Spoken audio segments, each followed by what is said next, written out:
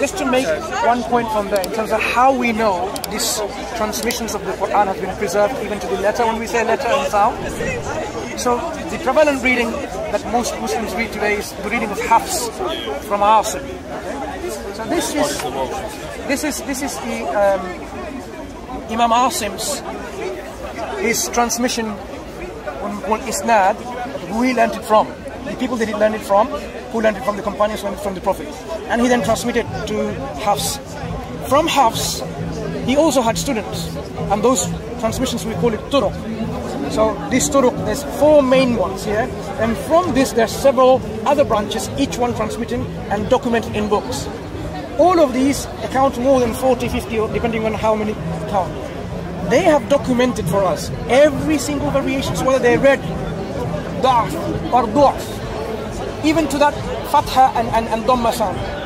All of this meticulous preservation, even to this slightest nuance of the differences. So when we say Hafs reading, this reading, even though in one of the instances in the whole of the Quran is da'af and du'af, but both of them we say is correct, because that's how it's been transmitted from the teachers all the way back to Hafs, to his students, his teacher Asim, and back to Prophet ﷺ. So when Muslims say the Quran has been preserved so meticulously to the letter, to the word, to the dot, actually yes, to the dot in here, like a fatha sound and a dhamma sound, da'fun and du'fin. All of them are documented. This is one reading called Hafs. As you can see, I merely was able to fit in one page all of this turuq, the transmission chains from Hafs. They exist likewise to all the others, from Nafi', from Qalun, from Hamza, from Kisai, from Abu Ja'far, and all of them and their students and so on and so forth. So when Muslims claim the Quran has been preserved, when they perhaps refer to a particular reading, and each particular reading is preserved like this. So collectively, they are preserved, because Muslims don't say, oh, you read in Warsh and this is a different Quran. No, it's the same Quran, but this is how the Prophet allowed the recitation of it. So it's a different, you need to define terms better. Exactly. That's why we don't say Quran is a version. To give you an example here. Non-Muslims are aware of this, so they will tell you things, and now you know better than they do, actually. You now have that higher level of knowledge. Okay. But this is the authentic... So to give you an example, this is one of the pages in the beginning of the Quran that's been printed. So you have the Quran al-Kareem, the Quran, bi riwayat Hafs an Asim, from Asim, the Hafs reading, yeah? Wa bil hamishi riwayat Shu'ba. On the margin is a reading of Shu'ba, the other student of Asim. So it's documented. Yeah, so it's documented. So you have printed Qurans now, Hafs and Shu'ba on the sides. This is Hafs and Qalun on the sides. This is Hafs and Duri on the sides. This is Hafs and Khalaf, the 10th, on the side. This is Hafs and Abu Ja'far on the sides. So you have all these Qur'ans been printed nowadays. None of them say this is Qur'an number 1, Qur'an number 2. All of them is one Qur'an. The readings, the revised version, and the other readings maybe on the side.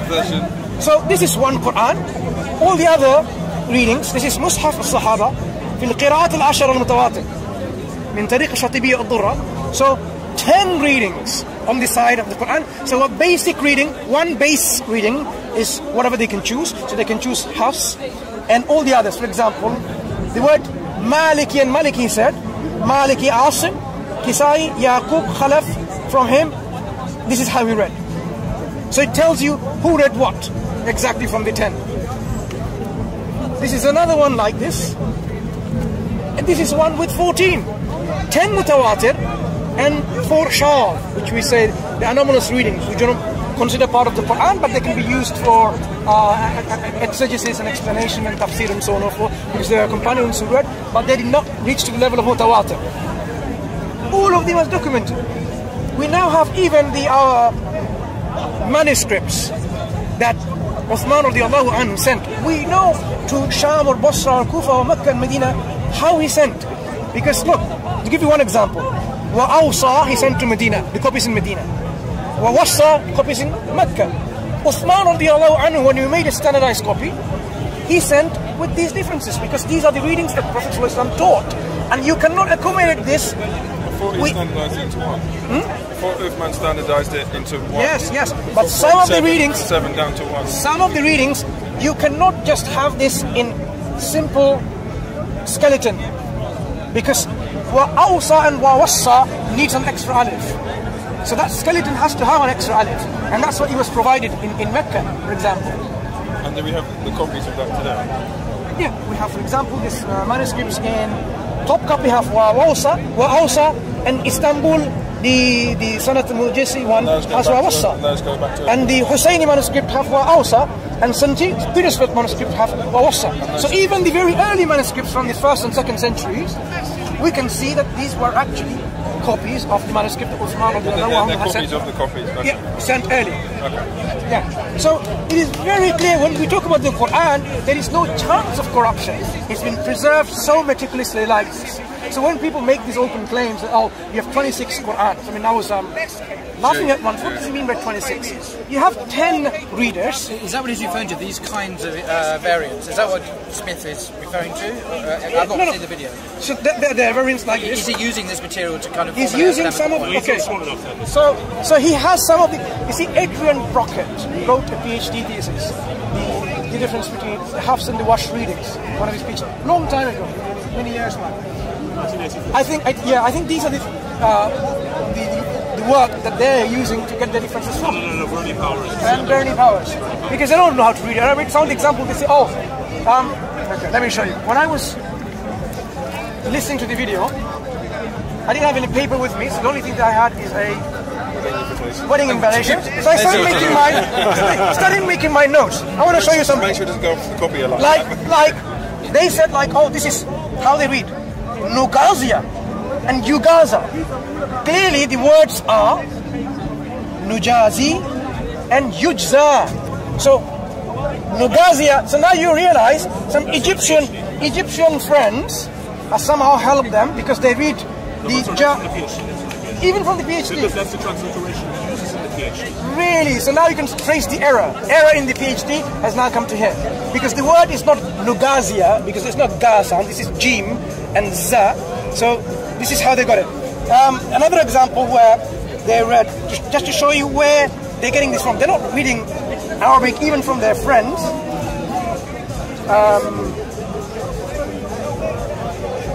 Itakizu. I'm exactly saying the way I'm sorry. Itakizu and Itakazu. But obviously these words are not like this. Ittakhadhu and Itakizu. You can clearly see they're reading from the transliteration in English and they're saying, oh, this is how we read Arabic. So several examples like this, just to illustrate to you that their so-called discovery, that, oh, we've discovered this in 2016. Look, this is what he said. In 2016, we have to work that out by ourselves. This has already been done 1,000 years before by the Muslims, all documented. They've written all of this in even poems, which have been transmitted as an aid to memorize all of the 10 readings. The examples that I gave you about some of them, we have even tables before he even came to know these differences. This is Hafs reading and Duri readings. Each word, whole of the Quran from the beginning to end has been tabulated. And it goes on for every single 10 readings. So he's saying, we are discovering every day, our research team, Hatun has got 1,300 differences, and we don't have time for all of them. We will be here all day going through all 26 of them for the lack of times. Let's just go through Hafs and Wash. They don't have these differences. That's only because Adrian Brockett's on the table for them. Yes, they don't have these differences. They only have Hafs and Wash, and this is what they have. So this is not a new discovery. This is common knowledge to Muslims who study this subject. Mansur, it's crucial to note that Adrian Brockett, the source they're using at the end of his PhD, he discusses whether or not the differences alter the meaning whatsoever. And he says, no, they don't. He says conclusively, there's only one verse where the meaning could be slightly altered, but it doesn't alter theology in any way, nor is it contradictory. To me, that's what matters, is the meaning of the issue. Yes. So as the brother already said earlier on, they enhance the meaning in their complementary. They never contradict. Because this is how the Prophet allowed the companions to read, and they passed on their reading to the students and to the students to the day. Where these examples I showed you how the different students even recited even the slightest differences, and they recorded for us, all of them. Whether it's da'af or du'af, even to that difference. And for all the readings. So we have now people who have transmitted with this change of transmission going back to all the way was the Prophet. In every Quranic schools when they memorize it. This is one example of a sister in her book who traces her isnad all the way back to the Prophet from Hafs min Tariq Rawdat al-Mu'dal or Hafs min Tariq al-Shatibiyya. If you were to read this, it's quite interesting how it is qara'tu bi fadlillah al-Quran al-Karim bi riwayat Hafs. I have read the Quran by the fadl of Allah, the blessings of Allah, in the readings of Hafs from Asim, and this is from this Madmun al-Kitab, in this kitab called Rawdat al-Huffaz, Abi Ismail Musa ibn al-Hussein al-Mu'dal, from the Tariq al-Fil and Zar'an, from his Sheikh. Now, Tariq, Zar'an, and al-Fil. So if we go back to the reading of Hafs we showed earlier on, this is Fil and this is Zar'an. These are how they read and the differences they had. The Turuq. From Hafs, from Asim, from Tariq of Hashimi, Abi Tahir, Al-Fil and Zar'an. So this sister read from them, through them, all the way back to Hafs, all the way back to the Prophet. Every single person who has got this permission or certificate or ijaza of the sanad, they list all of the teachers who learned. So she learned from beginning to end. From this teacher, ala Sheikh Abdullah al-Muhib bin Muhammad Khairul Barghouth, وذلك سنة. Okay, this is Sana in 1421 Hijri. Now it's 1437 Hijri.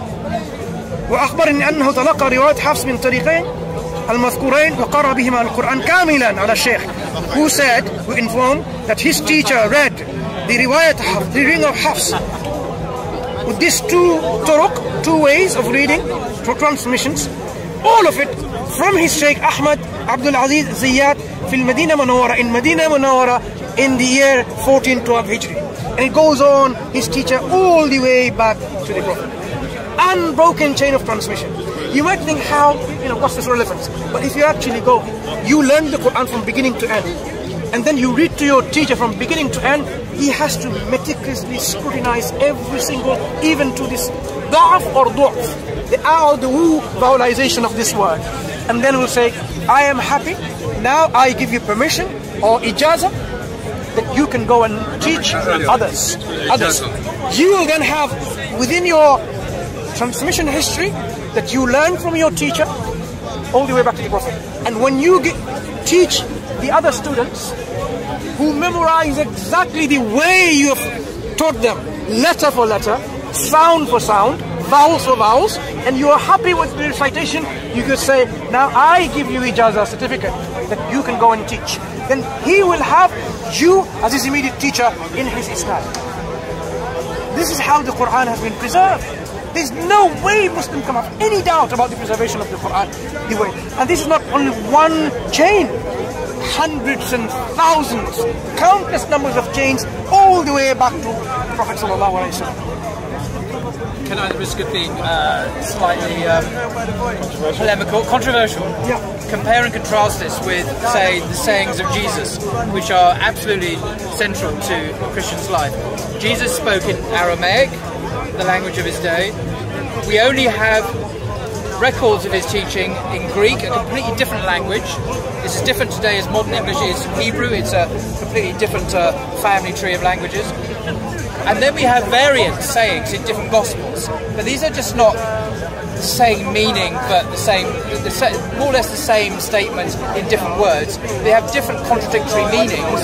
And scholars have discovered why they're contradictory meanings. Let me give you an example. In the earliest Gospel, Mark chapter 10, man comes to Jesus and says, "Good teacher, what must I do to inherit eternal life?" Jesus says, "Why do you call me good? No one is good but God alone." Now when I say Jesus says that, that's what the Greek says, but Jesus spoke in Aramaic, so Jesus never said those words in Greek, let alone in English. He said it in an entirely different language. We have the same incident, same story in Matthew's Gospel, where it goes as follows. A man came to Jesus and said, "Good teacher, what good deed must I do to inherit eternal life?" Jesus says, "Why do you ask me about what is good? There's no one good but God alone." So Matthew has a subtly different form of words from the original. Well, I say the original from the Greek. The original is unknown to us. We do not have Jesus' words. We only have a Greek translation written by an unknown person, probably 30 to 40 years after Jesus. In the original Mark, it says, "Why do you call me good?" Matthew has, "Why do you ask me about what is good?" Why the change? And this is a crucial question. The scholars, I've read a number of scholarly commentaries on this, and the general view seems to be that Matthew, embarrassed by the apparent denial of Jesus' goodness in Mark, has changed Jesus' words to avoid the misunderstanding of Jesus denying he's good. So we don't have Jesus' words anymore in Matthew. We have Matthew's avoidance of a problem, changing the words which were found in Mark, which are not Jesus' words anyway, because they're originally in Aramaic, spoken 30 years before that gospel was written. Hasn't there various scholars say that they would have been bilingual? But he might have been, but he taught in Aramaic. Yeah. The story itself is in the Jewish context. True. But what I mean is that Greek would have been known, as in when we look at the cross, the thing that Pilate put up wasn't just in Aramaic, it was in Greek as well. Well, Pilate, of course, was the Latin-speaking procurator, and he would have put up in several languages, but the language Jesus taught in to his fellow Palestinians, in this example, would have been the language they spoke, which we know to be Aramaic. So the point is not that we don't have the Aramaic words, not just that, but in the Greek, it has been changed from one version to another. So it's not what Christians used to think, that we have four witnesses to the same event. I mean, it's different versions. We all see the same event happening in car crash, and four different witnesses give their own accounts, and they're all eyewitness accounts. That's not what's happening here. Scholars now know that Matthew and Luke are using Mark, and if you like, Matthew is Mark version number 2, and Luke is Mark version number 3. They're just edited versions of Mark, but they've been changed and altered in subtle or not so subtle ways to promote a particular view. And Matthew's view is to avoid all the apparent difficulties that we found in the earlier gospel, where Jesus denies that he's good, where he doesn't know things, where he loses his temper, for example, and other examples. Matthew smoothes those away deliberately and intentionally to present a slightly more polished and heightened version of Jesus.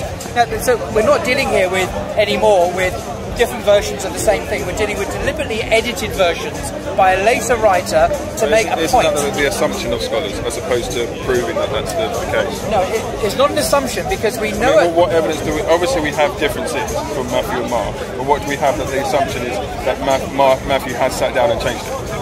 Well, firstly, we know at the level of the Greek, and if you sit down and look at the same events in Greek, the language they were originally written in, you can see whole passages that are exactly the same, right down to the incidental detail. The Greek is identical. Clearly, someone is copying from someone. The only question is, who is copying from whom? Now, scholars have concluded, virtually everyone in the world has concluded that Matthew and Luke are copying from Mark for very good reasons, historical reasons. Because, let's take example, the disciples, the way they're portrayed in the Gospels. In Mark's Gospel, they're portrayed as hard of heart. They don't understand Jesus' teaching. They just don't get it. For example, when Jesus is walking on water, he comes towards them, and in Mark's Gospel, it ends with the exclamation that they did not understand, their hearts were hardened. And this is how the disciples are portrayed throughout Mark's Gospel. You go to Matthew's Gospel, the portrayal is quite different. The disciples there become role models of Christian discipleship. These are guys now who have faith, who are no longer hard of heart. All this language is dropped, or mostly dropped, and in that particular instance, for example, where Jesus walks on water, the disciples are hard of heart, according to Mark, that is dropped, and in Matthew, they worship Jesus, and they're full of faith. So from a negative portrayal in Mark, you have a positive portrayal. Across the board, consistently, the disciples are now positively portrayed. And it's the same with Jesus. The negative, apparently negative incidents of Jesus are smoothed over. Why do you call me good? Because, why do you ask me about what is good? It's subtle changes. So you have to ask, which is more likely historically? That Matthew is the original gospel with a positive portrayal of Jesus and the disciples, and he thought, I don't like the sound of this, I'm going to make them into disbelieving, unbelieving disciples, and I'm going to add things into the positive portrayal of Jesus and make him sound to be doubting that he's... Doesn't make sense. A Christian writer would not deliberately downgrade and almost deprecate the disciples of Jesus. The other way around makes more sense. It makes more sense for Matthew to have heightened and erased and improved the version. Micro-level differences. Yeah. But when we come into differences in the traditions of the manuscripts and the number of books, the Catholics and the Protestants and the Egyptian Copts and so on, the number of books are different. So when we talk about preservation of the Quran, it doesn't matter who you are, every Muslims, they accept this 10 qira'at, whichever qira'at, and they accept all of them is from our Prophet sallallahu alaihi wasallam. It's not a competing version. Each one of them is Quran reading. But when it comes to the Bible, for example, it's not like this at all. Because you have now the Catholic and the Protestants. They don't say both of them are